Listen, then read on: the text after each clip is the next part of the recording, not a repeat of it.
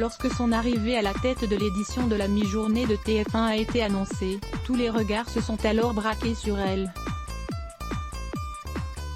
Marie-Sophie Lacaro, présentatrice du journal de 13h de France 2, a eu la lourde tâche de remplacer l'indéboulonnable et très populaire Jean-Pierre Pernaut sur la première chaîne.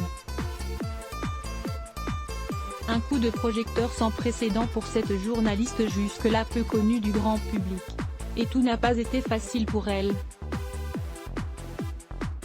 Un bug technique l'a privée de son édition quelques jours seulement après avoir pris le siège du mari de Nathalie Marquet, mais en grande professionnelle, la brune au large sourire a su imposer sa patte sans effriter l'ADN d'un journal à la ligne éditoriale si spéciale. Très vite, j'ai précisé que je ne voulais pas tout dynamiter dans le JT, mais plutôt y apporter ce que je suis, raconte-t-elle à nos confrères du Parisien.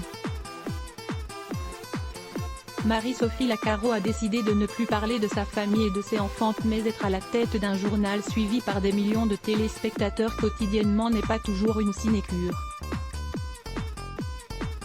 Et Marie-Sophie Lacaro paye aussi la rançon d'une exposition grandissante. Face à la curiosité de certains journalistes, la présentatrice du 13h a décidé de calmer le jeu, et pour cela, elle a pris une décision radicale. Désormais, elle refusera de parler de ses enfants dans les médias. Je n'en parlerai pas davantage.